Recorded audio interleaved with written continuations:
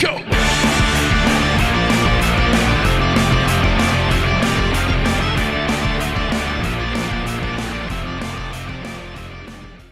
Bonjour, alors je m'appelle Maxime, je m'exprime au nom du mouvement de la France Insoumise.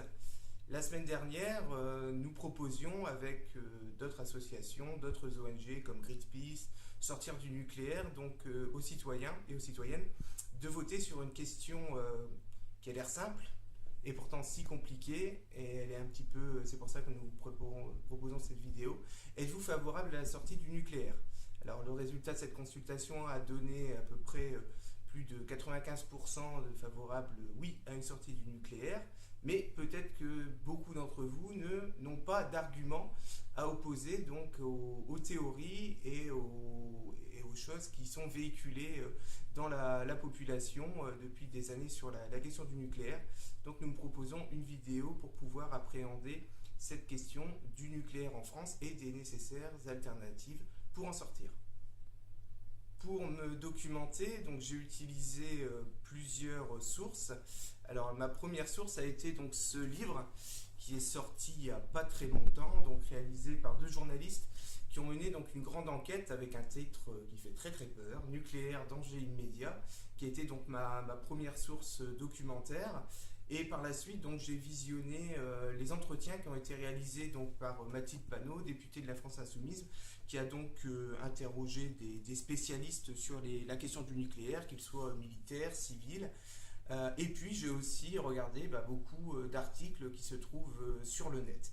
Donc finalement, quand on veut s'intéresser à la question du nucléaire, même si cette question peut de prime abord sembler un petit peu compliquée, on peut tout de même avoir des réponses et se forger un avis.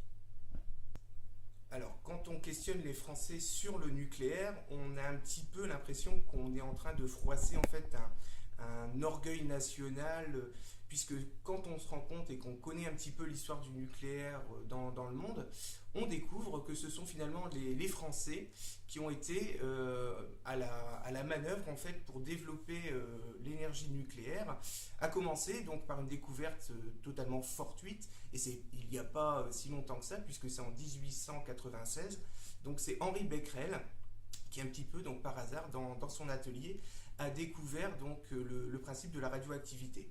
Ensuite, vous connaissez toutes et tous certainement Pierre et Marie Curie, qui sont prix Nobel de chimie, donc deux fois pour Marie Curie, soit dit en passant, qui était également donc non pas une française mais une polonaise. Donc à l'époque, on était quand même assez fiers d'avoir des cerveaux qui venaient travailler en France. Et c'est grâce à Marie Curie, polonaise d'origine, que donc nous avons toutes ces découvertes qui ont été faites en France. Pierre et Marie Curie donc eu plusieurs enfants, et notamment donc Irène Curie, qui était donc l'épouse de Pierre Joliot. Et Pierre Joliot a été donc à l'origine en 1948 de la première pile nucléaire qui s'appelait donc le nom de Zoé, un petit peu comme la voiture, et qui date de 1948. Alors Pierre Joliot-Curie, en 1945, il est à l'origine, avec d'autres, je ne vais pas tous les citer, mais il est à l'origine donc de la création du CEA, le Comité à l'énergie atomique, qui est donc notamment lancé au moment donc du gouvernement de Charles de Gaulle, juste après la Deuxième Guerre mondiale. Pendant toute la 4ème République, donc les recherches se poursuivent, mais c'est réellement avec la 5e République et donc Charles de Gaulle qui devient donc le premier président de la 5e République que donc se développe le nucléaire en France, et principalement avec le nucléaire destiné donc à l'énergie militaire, donc pour fabriquer des bombes. Et donc en 1960, vous avez l'explosion de la première bombe atomique française qui, 15 ans après Hiroshima, faisait tout de même 3 fois de plus de dégâts que cette première bombe atomique. Donc ça, c'est la première bombe qui est donc pétée par la France en 1960. Et puis, 8 ans plus tard, vous avez une autre bombe qui s'appelle la bombe H, la bombe thermonucléaire. Et là, comme la France finalement a perdu ce département qui était l'Algérie, on va donc faire ces essais dans la Polynésie française. Et vous connaissez donc certainement l'atoll de Mururoa, puisque les tout derniers essais nucléaires français, donc c'est encore sous la 5e République, avec la présidence donc de Jacques Chirac dans les années 90, qui vont donc clore ces essais militaires. Le nucléaire, c'est une énergie qui est utilisée pas seulement par la France, puisque 31 pays possèdent actuellement des réacteurs et des centrales nucléaires. Donc on a un petit peu plus de 400 réacteurs. Ils sont 436 répartis principalement sur l'hémisphère nord du globe. Mais quand on regarde finalement le taux d'installation par pays, juste après les États-Unis d'Amérique, le deuxième pays, alors qu'on ne représente que 1% de la population mondiale, donc près de 10% des réacteurs nucléaires installés sur toute la surface du globe, sont installés dans notre pays. Donc à l'heure actuelle, en 2018, nous avons 19 centrales et 58 réacteurs nucléaires. Alors, si vous trouvez que ça fait beaucoup, sachez que dans les années 1970, le ministre Mesmer avait notamment estimé qu'on pouvait avoir à l'horizon de l'an 2000 jusqu'à 200 réacteurs nucléaires. Donc, bon, finalement, on en a beaucoup, mais ça aurait pu être encore pire. Alors, le principal problème avec ces centrales et ces réacteurs nucléaires, c'est qu'ils sont âgés. Voilà. Souvent, voilà, vous avez une voiture et puis au bout d'un moment, votre voiture, on vous empêche, vous passez votre contrôle technique et puis on vous dit, désolé monsieur, mais votre voiture est trop vieille, les pièces sont usées, on vous conseille d'en changer. Avec le réacteur, on est avec une situation un petit peu différente, c'est-à-dire que on va dire qu'un bon tiers des centrales nucléaires et des réacteurs sont arrivés à l'âge de dépassement qui était un âge de 30 ans, mais on va décider de faire des gros travaux, ce qu'on appelle le grand carénage, et on estime que ce grand carénage, pour garder en fait intact ou tout au moins continuer à faire fonctionner ces centrales et ces réacteurs, on estime qu'on va devoir sortir, donc quand je dis on, c'est vous et moi, donc le contribuable français, on va devoir sortir 150 milliards d'euros. 150 milliards d'euros. Alors, actuellement, en 2018, donc sous le gouvernement d'Édouard Philippe, qui soit dit en passant donc a travaillé dans la filière nucléaire, puisque c'est un ancien d'Areva, nous avons un ministre donc de l'écologie, Nicolas Hulot, qui dans les mois avant d'arriver au gouvernement donc était plutôt quelqu'un qui avait dit qu'il était pour une sortie du nucléaire et qui maintenant qu'il a endossé le beau costume de ministre de la Ve République se rend compte que finalement comme ses prédécesseurs n'ont pas fait grand chose pour sortir du nucléaire, et lui se retrouve dans une position où il dit que oui, on a une majorité de réacteurs qu'il faudrait fermer, mais on ne va pas les fermer, et puis que de toute façon, on a à peu près 73% de l'énergie qu'on utilise en France qui vient de cette énergie nucléaire. Donc finalement, ça va être un petit peu compliqué d'engager finalement cette démarche qui était d'aller à l'horizon 2025 de fermer ou d'aller au moins jusqu'à 50% d'énergie nucléaire. Et donc Nicolas Hulot et le gouvernement d'Édouard Philippe disent que voilà, c'est très compliqué et quand on les écoute parler, on n'a pas l'impression qu'ils ont réellement envie de changer ou de développer d'autres énergies. Pour vous donner des exemples, donc l'énergie nucléaire, c'est à peu près les 3/4 de l'énergie française. Ensuite, on descend quand même très très bas, puisque 13% ça vient de la production donc hydraulique. Et après, vous êtes sur des modes qui peuvent être alternatifs, comme le photovoltaïque ou l'éolien. Et puis, d'autres choses qui sont résiduelles, comme d'anciennes énergies carbonées, comme le fioul ou le charbon. Alors quand vous discutez avec des citoyens sur le terrain, la première chose qu'ils vont vous dire, si vous dites faut sortir du nucléaire, on va vous sortir cette image, oui mais vous allez couvrir la France d'éoliennes. Alors c'est vrai, je l'avoue, si vous voulez remplacer un réacteur nucléaire par des éoliennes, il faut grosso modo 750 éoliennes pour remplacer un réacteur nucléaire. Mais finalement, quand on regarde la production réelle produite par le nucléaire, contrairement à ce qu'on nous vend comme une énergie super puissante, c'est vrai que quand on parle du nucléaire, on parle des atomes, on parle de choses qui sont assez mystérieuses, mais qui produisent tout de même une énergie folle. On se rend compte que finalement, quand on fait fonctionner une centrale, donc je ne vais pas rentrer dans les détails, mais finalement le fonctionnement d'une centrale c'est assez simple.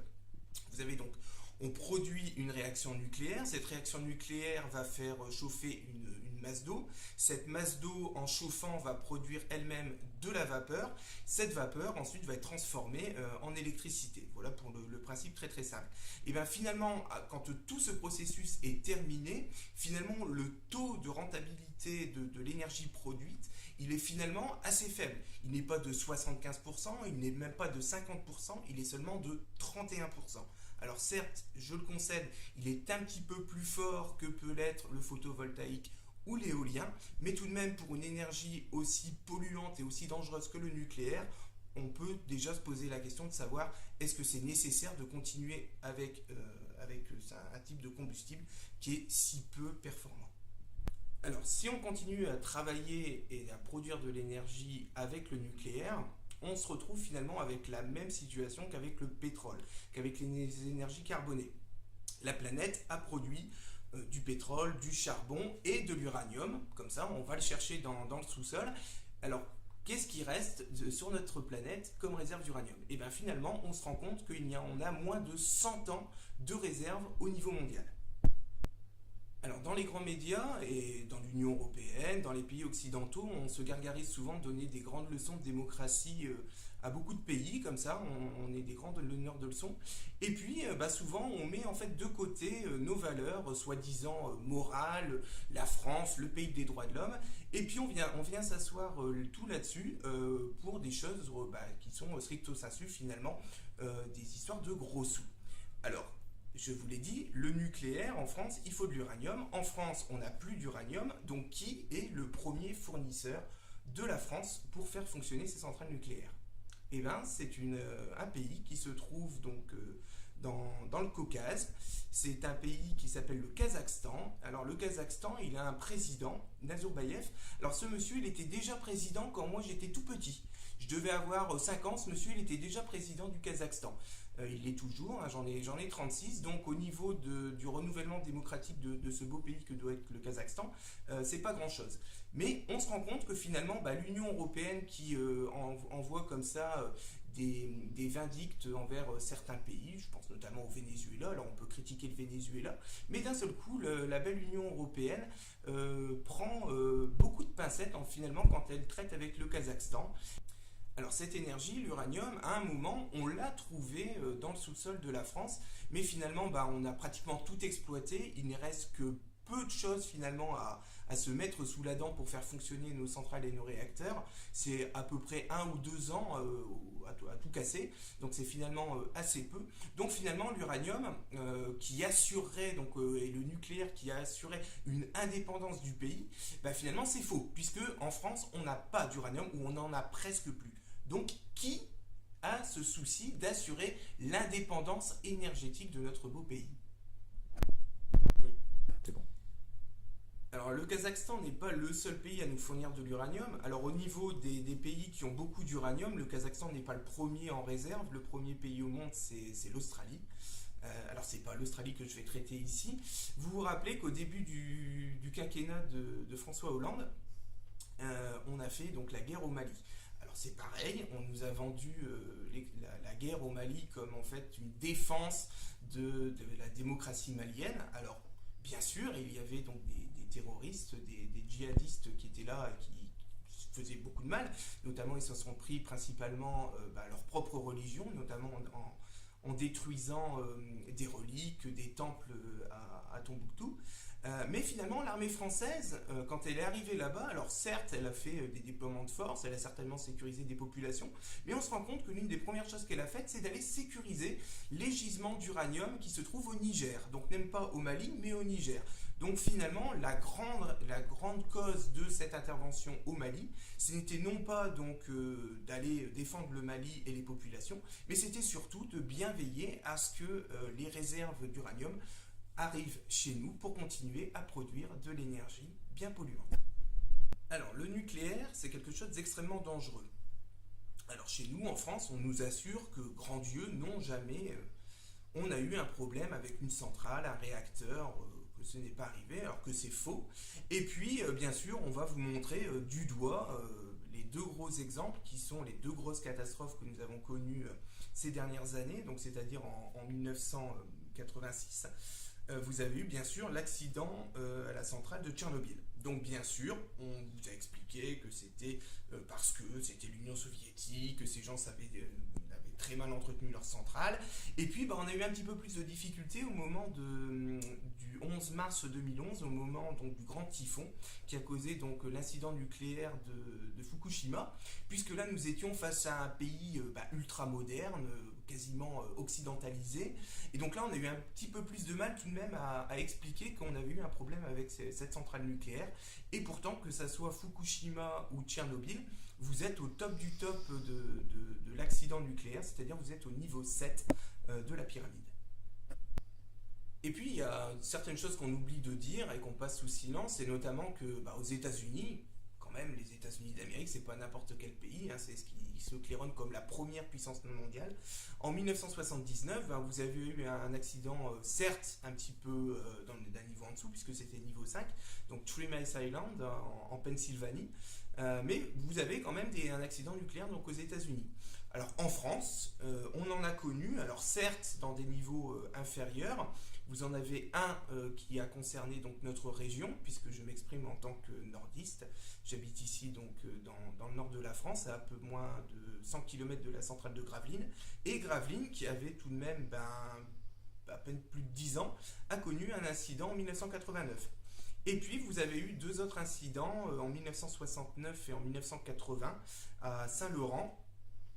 Où là, donc, notamment, on a eu un problème sur un réacteur, et vous avez des personnes donc, qui ont été envoyées au cœur pour essayer de remédier aux problèmes techniques qui avaient eu lieu à l'intérieur du réacteur, et ces personnes n'avaient pas le droit de rester plus de 2 minutes à l'intérieur du confinement. C'est pour vous dire tout de même que voilà, il en faut du courage quand on doit aller remédier à un problème sur un réacteur.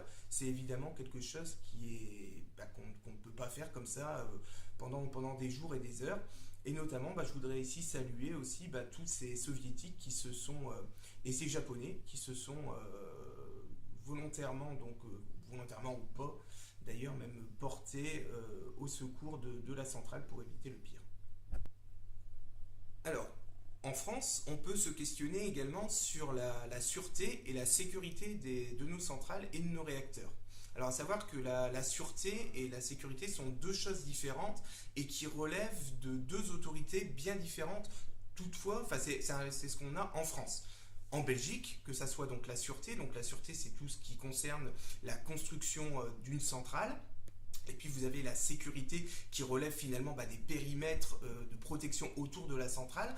En Belgique, tout ça c'est une même instance qui s'occupe de ça. Donc finalement c'est assez bien d'avoir une même instance qui s'occupe de la sûreté et de la sécurité. Ça permet d'être au courant de tout. En France c'est deux choses différentes. La sûreté va relever de l'ASN, l'agence de sûreté nucléaire, et puis pour tout ce qui est la sécurité, ça va relever finalement du pouvoir régalien, c'est-à-dire de l'État, et donc c'est la gendarmerie locale qui a donc la charge de sécuriser les abords d'une centrale. Et puis vous avez des personnes qui sont bien intentionnées, je pense notamment aux militants de Greenpeace, qui de temps en temps font des intrusions sur les centrales, s'approchent au plus près des réacteurs et montrent finalement qu'il y a des failles dans la sécurité et qui peuvent poser un problème au cas où ce seraient des gens mal intentionnés.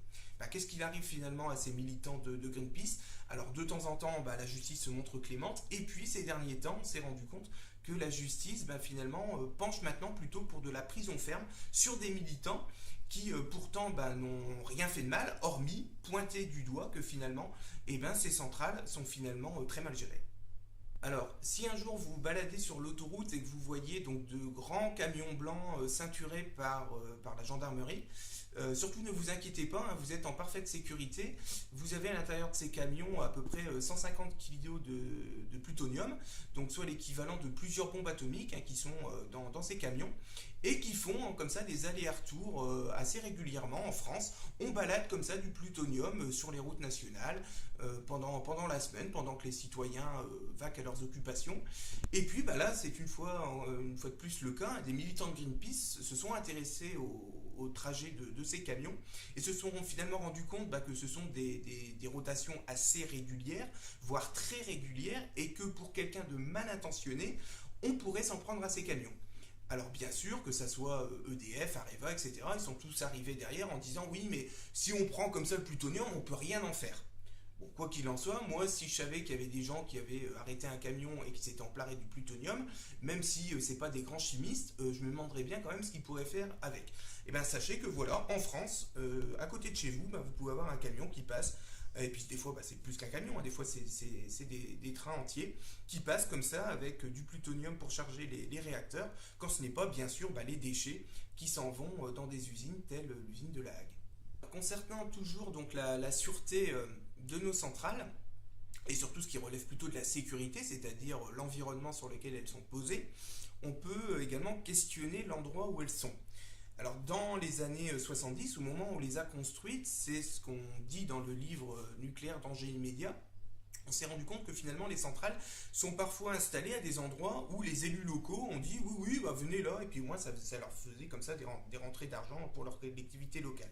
Donc on les a installés des fois à des endroits qui sont des zones sismiques. Voilà. Alors certes, en France, on n'est pas un pays très sismique, mais on peut avoir des difficultés sismiques. Mais on a installé comme ça des centrales à des endroits un petit peu partout dans le monde où ça pose problème. Et l'exemple type, c'est donc Fukushima, qui est un pays, le Japon, qui est soumis régulièrement à des tremblements de terre, à des typhons. Et puis Fukushima, donc l'accident qui a eu lieu en 2011 a résulté d'un problème. Voilà, la nature a fait ce qu'elle a à faire, c'est-à-dire qu'elle s'est déchaînée, et l'homme n'a pas su répondre à sa juste mesure aux problèmes liés à la nature. Et puis, la semaine dernière, vous avez donc le Jupiter qui se rend donc en Inde. Et puis, on se rend compte qu'il a réussi à vendre. Alors, on se demande bien pourquoi. 6 ou 8 réacteurs EPR à l'Inde. Alors, on se demande bien comment il a fait pour les vendre, puisque celui qui est installé en France, donc à Flamanville, ne fonctionne pas toujours, ne fonctionne pas encore.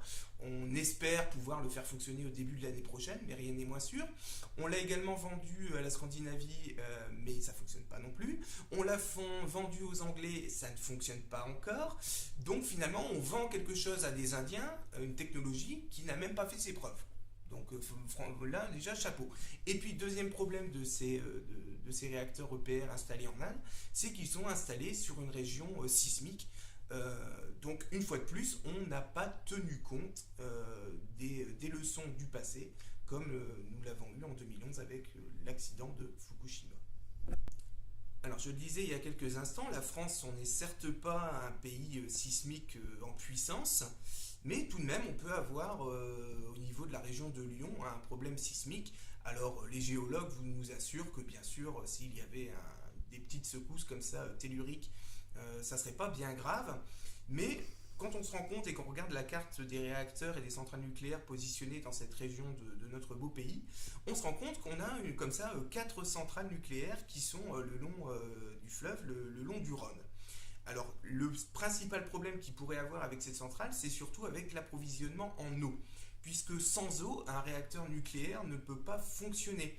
Si on n'a pas d'eau pour refroidir un réacteur, ça ne fonctionne pas. Alors, si jamais le débit du Rhône vient à devenir trop bas, comment on fait? Alors vous allez me dire oui, on peut utiliser les barrages qui sont en amont. Alors le seul problème, c'est que ces barrages, eux aussi commencent à être vieillissants. Et puis j'attire votre attention sur le fait que en ce moment, alors c'est toujours les grandes belles idées de l'Union européenne, on est en train de se dire que pourquoi pas on va vendre ces barrages hydrauliques au privé. Et bien sûr, vous connaissez donc le privé, ce qu'il veut d'abord, c'est de la rentabilité. Et donc, c'est la première chose qu'il va faire, c'est certainement pas de sécuriser ces barrages. Donc, dans le livre Nucléaire danger immédiat, on a tout un chapitre qui nous explique qu'il pourrait très bien arriver un problème si jamais l'un des barrages en amont des centrales, notamment celle de Cruas, l'un de ces barrages venait à rompre, et la centrale de Cruas, elle se retrouverait vraiment dans une situation où il serait impossible d'empêcher un grave accident nucléaire. Donc ici, dans le nord de la France, nous avons la centrale de Gravelines. Alors cette centrale nucléaire était normalement équipée à son origine de 4 réacteurs. Et puis en 1979, l'Iran a eu la mauvaise idée donc, de faire sa révolution et d'installer donc, au pouvoir les chiites avec Khomeini. Et donc du coup, la France, qui jusque-là était l'amie du dictateur, le Shah d'Iran, s'est retrouvée avec deux réacteurs qu'elle venait de lui vendre. Et comme voilà, les réacteurs avaient été fabriqués, et ben on s'est dit qu'est-ce qu'on va en faire. Et donc du coup, on les a installés sur la centrale de Gravelines. Donc on se retrouve avec une centrale qui finalement a été pensée pour 4 et puis se retrouve avec 6 réacteurs. Et puis on se rend compte que finalement ces réacteurs, même encore à l'heure actuelle, ils ne sont pas sans poser quelques problèmes qui questionnent tout de même la sûreté des habitants de ma région. Alors pour fabriquer un réacteur et une centrale, on a besoin bien sûr d'une industrie performante. Alors depuis le début, on fait appel donc aux usines métallurgiques de Le Creusot. Alors Le Creusot, c'est vraiment l'un des fleurons de la métallurgie en France. Mais le seul problème, c'est que comme beaucoup d'industries en France, ces industries ont été vendues, revendues, tout ça a été privatisé, que finalement on a peu eu cas de la modernisation de l'entreprise, de l'outil de travail. Et en 2016, l'ASN a tout de même trouvé que sur les pièces qui avaient été fabriquées aux usines de Le Creusot, on avait tout de même des pièces défectueuses pour 12 centrales et 21 réacteurs. Donc on a quand même une grosse majorité de pièces qui étaient jugées défectueuses pour une grosse partie de l'arsenal nucléaire français. Et puis on a commencé à regarder et puis on a trouvé à peu près 80 irrégularités sur les pièces qui avaient été livrées. Alors on a poussé un petit peu plus loin le questionnement, on est allé voir sur les dossiers qui étaient théoriquement sans problème. Et puis là, le seul problème, c'est qu'on a trouvé des problèmes. Voilà. Et notamment à Gravelines, alors vous avez un réacteur, alors heureusement, il n'avait pas encore eu le temps d'être installé, mais la pièce en fait n'avait pas passé les tests de résistance mécanique. Alors vous et moi, en règle générale, quand on a un contrôle technique pour notre voiture, on est obligé de le faire pratiquement dans la journée, parce que si jamais on ne le fait pas, on va avoir de gros problèmes. Et bien là, sachez que vous avez un réacteur à Gravelines qui n'avait pas passé les tests de résistance mécanique, mais c'était pas grave, on l'avait pas vu venir.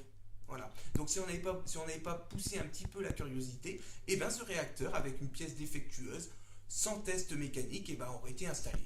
Voilà, normal. Alors pour continuer sur Gravelines, mais en faisant un petit retour dans le passé, en décembre 1999, donc beaucoup d'entre vous, si vous étiez nés, vous vous rappelez, on passait l'an 2000, donc c'était la fête pour beaucoup de monde, sauf dans le grand ouest de la France où on a essuyé une grosse tempête. Et notamment au cours de cette tempête de la fin de l'année 1999, vous avez eu des creux de vagues immenses dans l'Atlantique. Et ces creux de vagues sont allés jusqu'à atteindre la centrale du Blayais, qui se trouve à une petite dizaine de kilomètres de la grande métropole qui est donc Bordeaux. Et heureusement, les ingénieurs sur place ont eu la bonne idée de tout arrêter, ce qui a évidemment eu comme effet de ne pas avoir un incident sur la centrale du Blayais. Si jamais la centrale avait continué, ou si ils n'avaient pas eu cette belle idée, peut-être qu'au tout début de l'année 2000, on aurait eu un accident nucléaire type Fukushima ou Tchernobyl en France. Alors 10 ans plus tard, on pourrait s'attendre à ce que tout de même, que ça soit l'ASN, l'État, on ait pris les mesures nécessaires pour remédier à un problème type centrale de Blayais. Et donc, on a donc un témoignage de Yannick Rousselet, qui est donc membre de Greenpeace, c'est un spécialiste des questions du nucléaire, qui devant la représentation nationale, l'Assemblée nationale, en 2017, a donc déclaré que 10 ans après l'accident de Blayais, il a donc visité en compagnie de l'ASN la centrale de Gravelines, et on leur a posé aux membres de la centrale, à la direction, est-ce que les mesures préconisées pour se prémunir contre un incident type Blayais 99 avaient été prises ici à Gravelines, centrale qui est donc installée sur les bords de nos belles plages du Nord-Pas-de-Calais face à la mer du Nord. Si les mesures avaient été prises, on leur a répondu que non, mais que ça allait être fait l'année prochaine. Voilà, formidable. Là, j'espère qu'en 2018, les mesures ont été faites. Toujours dans le cadre de la sûreté des installations à la centrale de Gravelines, en 2011, on s'est rendu compte qu'on avait une fissure sur ce réacteur, le réacteur numéro 1. Alors quand je parle de fissure, vous pouvez peut-être vous imaginer une petite fissure, comme vous pouvez en avoir sur une poêle ou quelque chose comme ça. Sauf là, je parle tout de même d'un réacteur nucléaire. Donc tout de même, en fait, cette fissure menaçait de trouer la cuve du réacteur, donc ce qui n'est pas rien. Alors on a mis tout de même près de 2 ans à accomplir les travaux. On a dû sortir une bagatelle qui était certainement pas mise en réserve de près de 30 millions d'euros. Et les réparations qui ont été faites donc, sur ce réacteur numéro 1 de Gravelines sont jugées provisoires. Voilà. Donc on a fait une réparation provisoire qui a coûté 30 millions d'euros pour une petite fissure. Mais ne vous inquiétez pas, braves gens, tout va bien. Alors si vous vous inquiétez, maintenant je peux vous raconter également que vous avez l'histoire du béton de ce réacteur. Alors je vais bien vous citer finalement ce que c'est, puisque c'est assez sérieux. Donc c'est toujours la source, ça vient de ce livre, hein, donc deux journalistes sérieux. C'est pas du complotisme, hein, loin de là.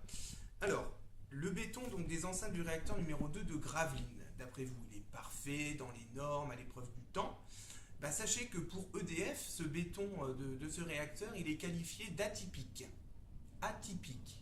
C'est un terme qui est assez curieux quand on parle d'une centrale nucléaire. Alors, sur une longueur de 20 mètres, sur une bande de 50 cm de hauteur, l'épaisseur de béton sain, donc le béton qui n'a pas de problème, donc sur une surface, sur une épaisseur totale qui fait 90 cm, d'après vous, ce béton sain, il fait combien sur 90 cm? Il fait 85 cm, 72 cm, 50 cm ou 30 cm de béton sain? Alors je vous laisse choisir. Voilà, alors les plus optimistes vont dire 85, les plus pessimistes vont dire que ça fait 50 cm.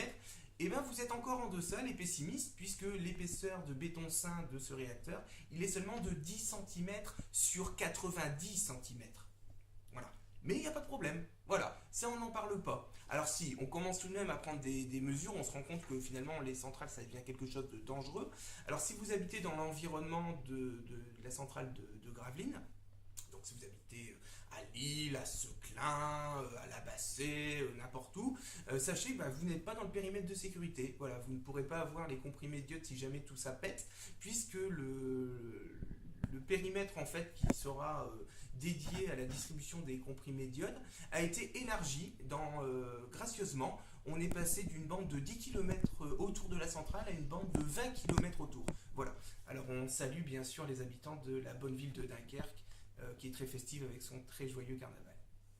Alors, quand on discute avec les gens, l'une des choses auxquelles ils ne pensent pas qu'on leur parle du nucléaire, alors ils vous disent oui, mais on a de l'énergie, ça ne coûte pas cher, etc. Mais souvent, ce qu'on oublie, c'est que comme tout type de choses qu'on va sortir de la Terre, ça va créer des déchets. Voilà. L'homme, naturellement, crée du déchet, et ces déchets, souvent, il ne sait pas quoi en faire. Alors, il est faux de dire que déjà, l'uranium qu'on extrait n'est pas vecteur de gaz à effet de serre. Je vous l'ai expliqué, en France, déjà, de 1, on n'a pas d'uranium en France. Donc on est bien obligé de faire venir de loin. Donc du Kazakhstan, du Niger, d'Australie, etc. Donc finalement, on extrait cet uranium dans de grandes mines à ciel ouvert. Donc finalement, on crée finalement des gaz à effet de serre. Et puis, au terme du processus d'utilisation de ce combustible, on se retrouve avec des déchets. Alors jusque-là, la question des déchets, on est bien dans l'impossibilité d'y répondre. Alors on a plusieurs solutions, notamment la première solution, c'est d'entreposer tout ça dans une usine à déchets, donc à La Hague. Alors, le seul problème de La Hague, c'est que le MOX, qui est donc ce combustible usagé, devient en surnombre en fait dans cette usine. Et donc du coup, on se dit, il faut bien trouver une autre solution. Alors avant de parler de Bure, sachez que si vous habitez dans la région de Belleville-sur-Loire, alors ça se trouve dans la très belle région des châteaux de la Loire, hein, voilà. De toute façon la France est un pays magnifique, mais on se retrouve avec un pays avec plein de déchets nucléaires où on ne sait que faire. Donc si vous habitez dans la région de Belleville-sur-Loire, un jour vous aurez peut-être une usine à déchets nucléaires qui va s'installer près de chez vous. Et puis, si vous habitez dans la Marne, vous habitez non loin de Bure, sachez que voilà, alors c'est aussi vieux que l'était Notre-Dame-des-Landes, on a cette idée d'enfouir profondément sous le sol, à plus de 500 mètres sous terre, tous ces déchets. Alors ces déchets qui sont 3%, c'est vrai, des déchets produits par l'utilisation du nucléaire en France, mais qui représente tout de même 99% de la radioactivité. Donc 3% des déchets pour 99% du problème que ça cause, puisque finalement cette radioactivité, c'est pas dans les 10 ans, c'est pas dans les 1000 ans, c'est pas dans les 10 000 ans, c'est dans des millions d'années que cette radioactivité va continuer à se développer. Alors en France, on a pris une solution, on a dit on va mettre ça sous terre. Alors le seul problème, c'est que l'installation, qu'on appelle donc CIGEO à Bure, et ben, au début, on l'estimait à 15 milliards d'investissements pour le construire. Vous avez la ministre de l'Environnement il y a quelques années qui nous a dit oh ça va coûter 30 milliards, donc on avait déjà passé le double. Sauf que maintenant quand vous interrogez des experts, ils vous expliquent que c'est à peu près 80 milliards que ça va coûter l'enfouissement de CIGEO. Alors si c'était nickel, qu'on mettait ça sous le sol et qu'il n'y avait pas de problème, on pourrait peut-être dire oui. Le seul problème c'est qu'on se rend compte que le projet actuel, et ben, finalement il est plein de problèmes, notamment qu'il y a des matériaux qui peuvent être inflammables, et ben, on sait finalement que ça peut poser un problème de sécurité pour la région et pour le petit village de Bure. Donc on dit stop à CIGEO à Bure. Alors certes la question du démantèlement des centrales, le problème des déchets est quelque chose qui est un petit peu insoluble, mais mettre les choses sous terre en se disant que il va rien se passer, c'est faux. Voilà. On a maintenant un grave problème avec les déchets, et bien justement il est temps d'arrêter le nucléaire, et il est aussi temps d'arrêter de dire que le nucléaire est une énergie qui est sans problème, puisque c'est faux, et qu'il n'y a pas d'alternative pour faire autre chose que du nucléaire en France. Et la preuve, c'est que d'autres pays dans le monde, et pas des moindres, ont déjà commencé, et nous, on est un petit peu à la ramasse. Alors, quand vous interrogez des gens dans la rue, on vous dit ouais, oui, mais de toute façon, le prix de l'énergie nucléaire, il est encore moins cher que ce qu'on peut le faire avec l'éolien ou le photovoltaïque. C'est faux. Alors, je vais faire mon François Ruffin, le député du peuple, comme je le surnomme. Salut François, si jamais tu regardes notre vidéo. J'ai pris donc un article de Challenge. Donc, vous voyez, c'est pas un magazine d'ultra-gauchistes, où on vous explique, alors c'est un article de mai 2016, où on vous explique que maintenant, à l'heure actuelle, en 2018, alors si c'est en 2016, je suppose qu'en 2018, la chose a un petit peu évolué dans le bon sens, et bien finalement, l'énergie produite par le nucléaire, par l'éolien ou par le photovoltaïque, et bien finalement, c'est kiff bourricot, c'est exactement le même prix. Donc, si on peut payer le même prix pour de l'éolien au lieu d'utiliser de l'uranium et de se retrouver avec des déchets, moi je choisis plutôt l'éolien. Et vous? Alors maintenant, vous allez me dire, ouais, mais nous en France, on est quand même la 5e, 6e maintenant puissance économique du monde. On ne peut pas comme ça du jour au lendemain arrêter les centrales, les réacteurs nucléaires. Est-ce que réellement le photovoltaïque, la géothermie, tout ça, est-ce que ça fonctionne? Est-ce que d'autres pays ont commencé à pallier à cette demande énergétique par d'autres faits? Oui, c'est le cas. Alors pour le photovoltaïque, le premier pays qui investit massivement là-dedans, c'est la Chine. Alors vous allez me dire, oui, la Chine, c'est très très grand, ils sont des milliards, ils ont beaucoup de surface. Oui, mais n'empêche que la Chine, voilà, fait ce choix du photovoltaïque, et c'est quand même une bonne chose. Alors en deuxième place, on retrouve l'Allemagne. L'Allemagne. Alors souvent, on vous dit, oui, mais l'Allemagne a arrêté le nucléaire, ils ont ouvert des centrales au charbon. Or, c'est faux. Alors certes, il y a encore des centrales au charbon qui fonctionnent en Allemagne, mais ils choisissent plutôt de fermer progressivement les centrales nucléaires, de fermer le charbon, et pour développer le photovoltaïque. Et du coup, ils se retrouvent en deuxième position. Et puis en troisième position, si on regarde par rapport à la taille du pays et à la masse de la population, vous savez quel pays est en troisième place? Notre voisin, ici dans le Nord-Pas-de-Calais, le pays qui est juste à côté de chez nous, c'est la Belgique. Voilà. Alors si la Belgique, elle a réussi à développer le photovoltaïque, je me demande bien ce que la France attend pour le faire. Alors après, vous avez également l'éolien. Alors là, c'est pareil. C'est la Chine qui se retrouve à la première place. Ensuite, vous avez les États-Unis. Et encore à la troisième place, vous avez l'Allemagne. Alors c'est marrant parce que de temps en temps, enfin souvent, les économistes, les grands médias, on va vous expliquer que le modèle allemand c'est formidable. Voilà. Il faut tout niveler par le bas quand c'est le social, mais par contre quand il faut s'en inspirer pour développer des alternatives au nucléaire, là d'un seul coup il n'y a plus personne pour en parler. Voilà. Donc au moins je salue les Allemands pour leur choix dans ce développement des énergies alternatives. Alors autre source d'énergie qu'on peut développer en France, c'est la géothermie. Alors là, j'en vois plein de personnes qui sont sceptiques, qui me disent ouais, la géothermie, c'est quoi? C'est bon pour les Islandais. Alors certes, l'Islande est une île volcanique, donc la géothermie, c'est à peu près 30% de l'énergie qu'ils utilisent. Mais sachez qu'en France, et je ne parle pas du Massif central, je parle du bassin parisien. Voilà, le bassin parisien, la capitale, Paris, tout ça. Et bien, vous avez à peu près 500 000 personnes qui ont de l'énergie, du chauffage chez eux grâce à la géothermie. Alors quand j'entends des gens qui me disent que la géothermie, l'éolien, le photovoltaïque, c'est pas possible en France, que ça n'existe pas, que c'est pas été testé à l'étranger et qu'on ne saurait pas le faire en France, c'est des carabistouilles comme on dit dans le Nord. Hein, c'est des conneries, c'est des balivernes. Donc il est temps de passer à autre chose. Alors d'autres vont vous dire, oui, mais vous vous rendez compte, la France est une puissance économique et toutes les grandes puissances économiques ont besoin d'énergie. Alors expliquez-moi, alors pourquoi le Brésil, qui fait quand même partie de ces pays qui, au niveau économique, se développent très très fort, ils sont seulement à 11% d'utilisation de pétrole et de nucléaire, et pourtant ça n'empêche pas le Brésil de devenir un géant économique. Voilà, donc on peut être un géant économique sans avoir besoin du nucléaire. Voilà. Alors après, vous allez me dire, oui, mais le nucléaire, il faut du temps, il faut des moyens.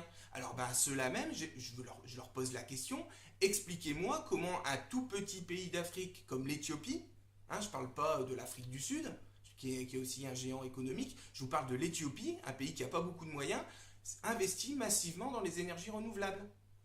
Voilà, et puis vous allez me dire, ouais, mais il faut du temps, ça va prendre beaucoup de temps. Et bien alors expliquez-moi pourquoi dans à peu près 10 ans, un pays comme l'Uruguay en Amérique centrale, est un pays qui va être à 95% possédé et aura développé des énergies renouvelables. Donc si l'Uruguay peut le faire, la France, qui est quand même la 6e puissance économique dans le monde, peut quand même se dire qu'elle peut le faire.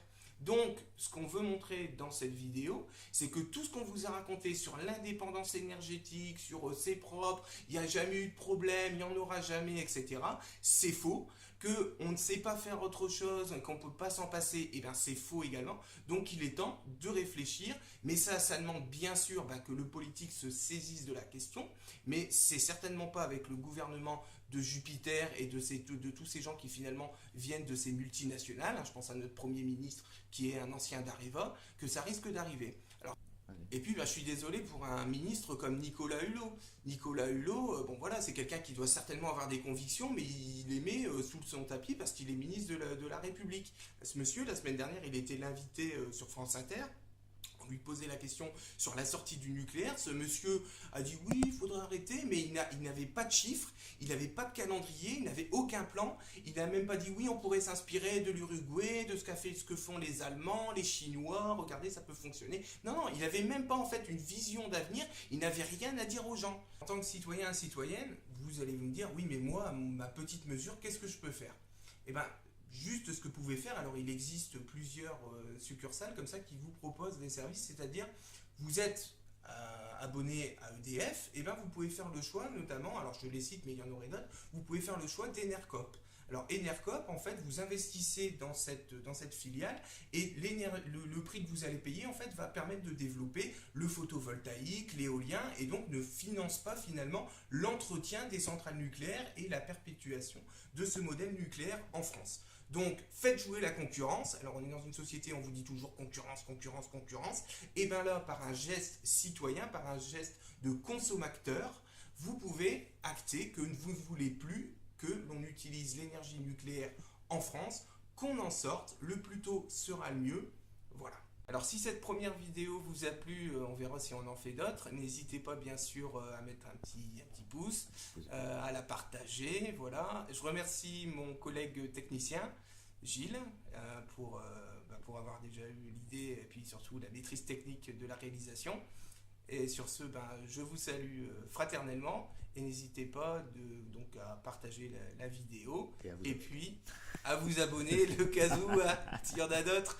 Voilà. Et puis n'oubliez pas, on a un mot d'ordre, nous à la France Insoumise. Résistance!